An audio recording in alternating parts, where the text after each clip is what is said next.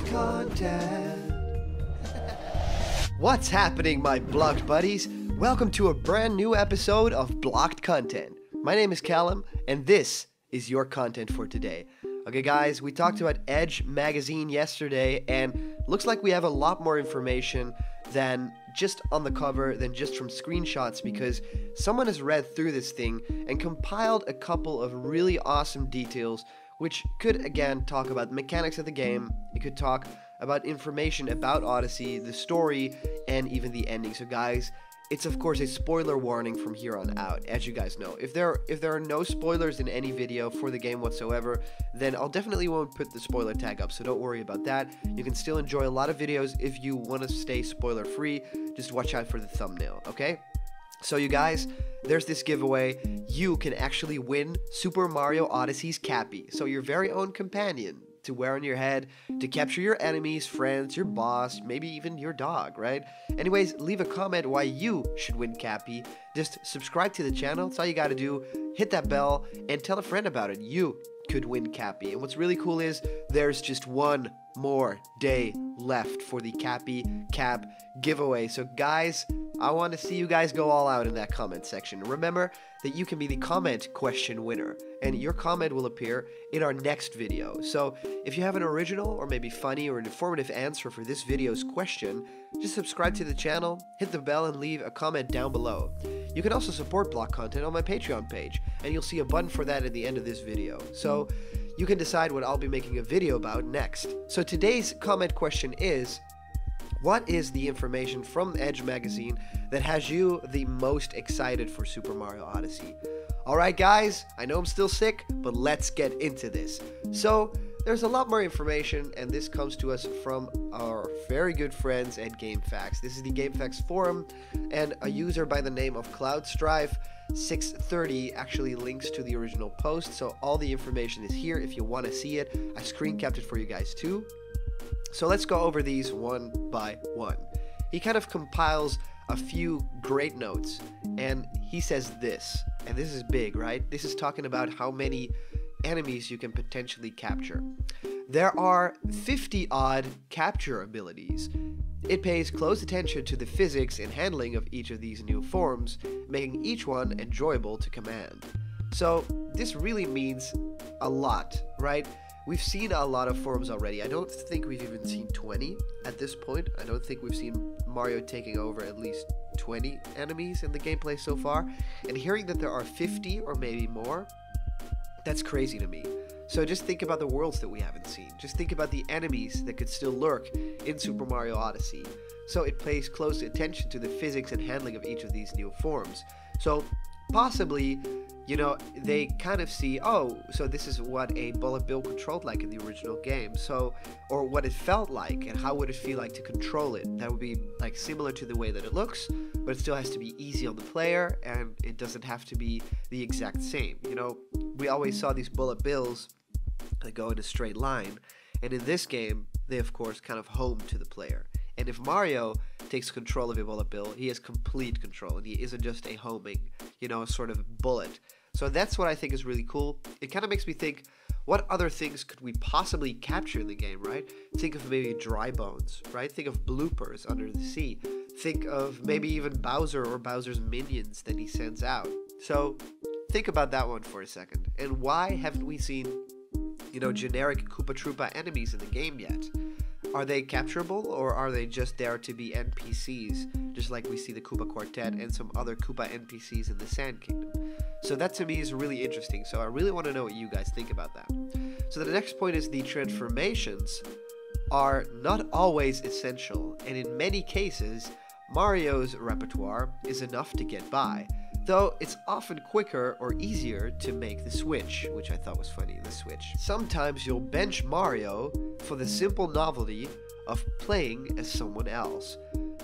I think this is really very, very interesting, and I think people are gonna love this little bit of information, because it basically means that, yeah, as we've seen, a lot of speedrunners are already doing crazy speedruns of Super Mario Odyssey in demo stores. It's looking like Mario has the moves and doesn't really need anything else, which is really cool. You know, climbing those towers would be a lot easier if you can, you know, capture an enemy that can jump really high, but you know, it will feel 10 times more awesome if you are Mario, if you are doing those flips and jumps and getting up that tower with Mario's very own moves.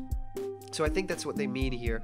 They're not always essential, and Mario's repertoire is enough to get by. You know, it doesn't make the game any easier for it, but it's definitely enough. There are some cases where I think that you definitely need to capture enemies. You know, you need to capture enemies because of the Goomba challenge, right? The Fimo Goomba, or maybe even clean up some goo or lava using, you know, the new squid enemy that can squirt water. So yeah, in a couple of cases it's needed, but sometimes, you know, in terms of mobility, Mario and his, you know, new roll ability, the dive stuff, the cap moves, and even, you know, stuff that we haven't seen before that Mario can do, that's enough to get by for normal players. And that's really cool because speedrunners, you know, maybe there will be a no capture speedrun, right? Where there's only capturing if it's deemed absolutely necessary to progress in the game. That'd be really cool. It's like the Breath of the Wild naked run, right? Like, that'd be a speedrunner's dream. So reading this, that's really exciting. So the next point is, even leaving Cappy out of the equation, our hero has been furnished with his most expansive moveset to date.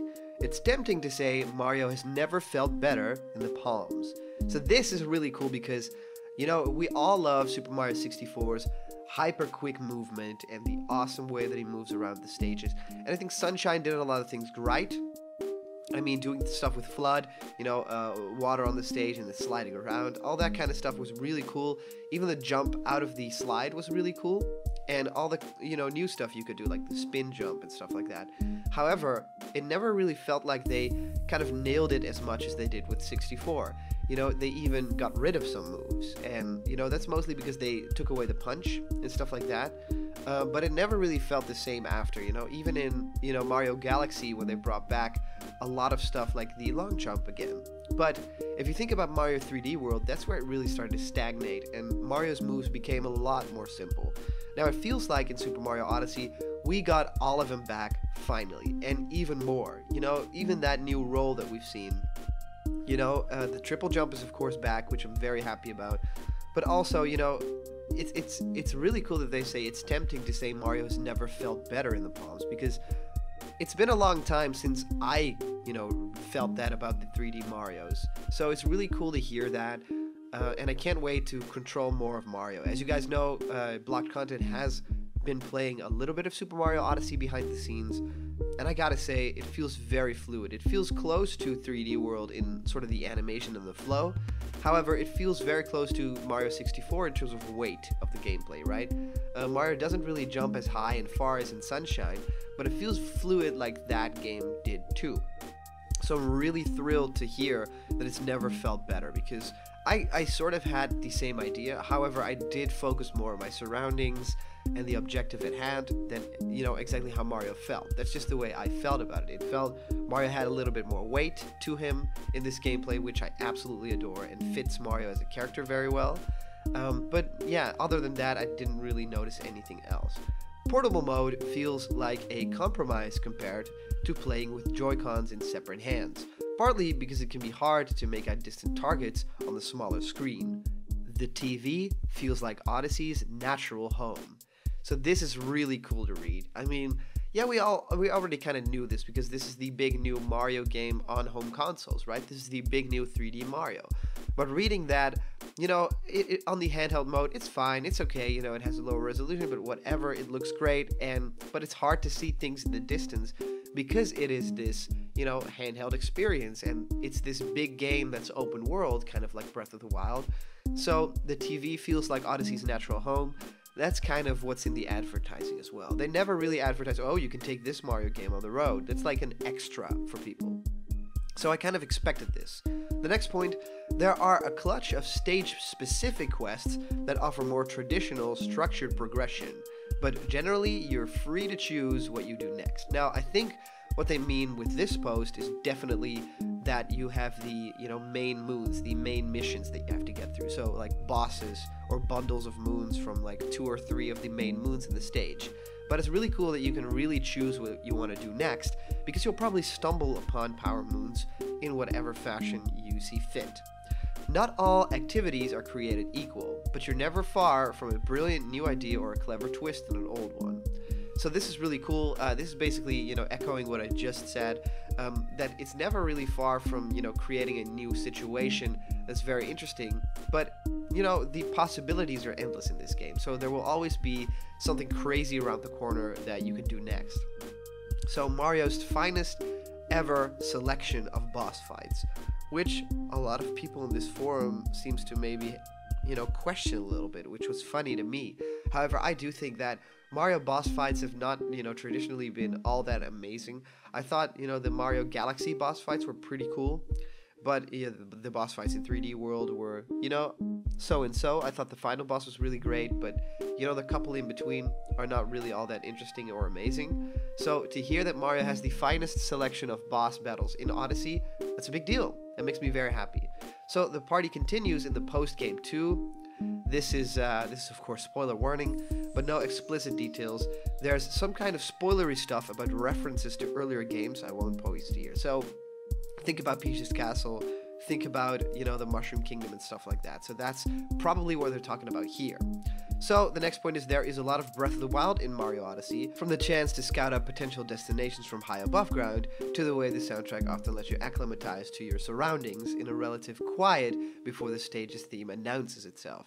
But it's most obvious in the way its environments appeal to your natural curiosity, sights and sounds teasing you away from your present path, and in its sheer volume of diversion. So a lot like Breath of the Wild in the sense of sound and music are being used to trigger your curiosity, which is really cool. And of course we know that these big stage themes, they are a lot bigger than they are in Breath of the Wild, so that's really cool. It's like a big band kind of soundtrack that we've come to love.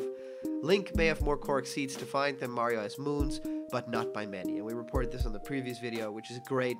A lot more moons than we used to have Power Stars or Shine Sprites. Odyssey feels like a true reinvention of the sandbox platformer. Now this is something we all wanted to hear, you know, ahead in time, ukulele, all that kind of stuff. Is there a revival coming? Well, here's the king to reclaim its throne.